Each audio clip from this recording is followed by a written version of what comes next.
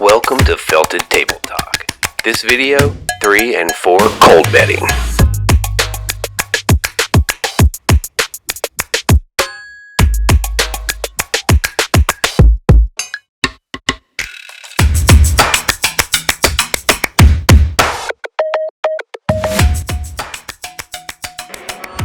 So I heard someone say something about a cold 4 bet.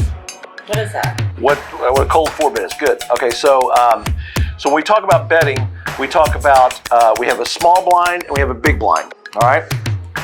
So let's say you were to bet next. Okay, this is not the first bet. The first bet is the big blind. Okay, let's say we're playing 1 and 2 here. 2 is the official bet. Okay, so the 1 here is not a bet. There's actually a bet on the table with the big blind for 2. Okay, so if you were to come in, we do not call that a 3 bet. That's just a raise. So let's say put 4 out there. Go ahead and put 4 out there for me. Okay, put 4 out here for me. Now let's say this is the first bet. This is the first raise. If DJ were to raise here, this would be the 3 bet. Okay, so we got the first bet here. We just call this the raise. If DJ is going to raise here, we call this the 3 bet. Okay, this is the first. This is the 3 bet. Okay, so this is the first bet. This is the 3 bet.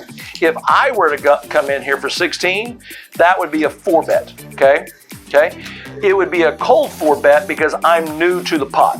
If I wasn't new to the pot, it wouldn't be a cold 4 bet. Because I'm new to the pot, it is a cold 4 bet, okay? Okay, so when we're talking about 3 betting and 4 betting, we have different ranges. And again, the reason why, if me or you were talking about a hand, the reason I would use the term cold bet is because you would then understand that there was a 3 bet ahead of you and you weren't just raising the 3 bet, you were new to the pot, okay? Right. So what's our ranges with a cold 4 bet versus a regular 4 bet? So what's your range on a cold 4 bet if you're cold 4 betting? I'm cold 4 betting and probably aces, kings, ace-king suited, and even maybe ace. Now you would even go with ace-king. I go ace-king. It depends again on what's going on. So there's, again, we had a video about pay attention to me. So paying attention to the table image of people and what they're doing and how aggressive they play. If they're playing super aggressive, then yeah, you know, if they're not, if they're super tight, if they're super tight, I may not even 4 bet it.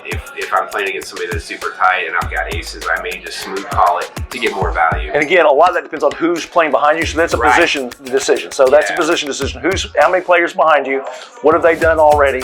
What are they usually like? Are they usually tight or loose? Do I think I get them to fold? There's a number of different decisions that go into that. So let's say somebody has 10s and I've got jacks. I may get a shove there, and I also might get a shove from ace-king. Right. And I might get somebody else's short stack may have ace-queen suited. I may get that shove too. So if I've got an ace-king and an ace-queen, I'm no longer the favorite.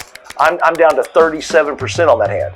Cold 4 betting is usually about 4 different hands. But typically, good players are not going to cold 4 bet without 1 of 4 or 5 hands. Typically, and I played a tournament Friday. So if I was in early position, so if I'm on under the gun or next to that, I was 3 betting or 4 betting to gain pot control. As you know, if you're not on the button or the hijack or the cutoff, position is everything. So if you're out of position, you actually want to try to take control of the pot. A lot of people don't realize that. It sounds foreign to them, and if you're out of position, you actually are supposed to bet higher. You actually want to bet higher. Now, so, and again, back to who you're playing against. But if I'm on the button, I may not 3 bet if I've got aces on the button, or even kings, or even ace-king suited or ace-king. I may just smooth call and not 3 bet it. But position is something you factor into it as well. So DJ, what do you think?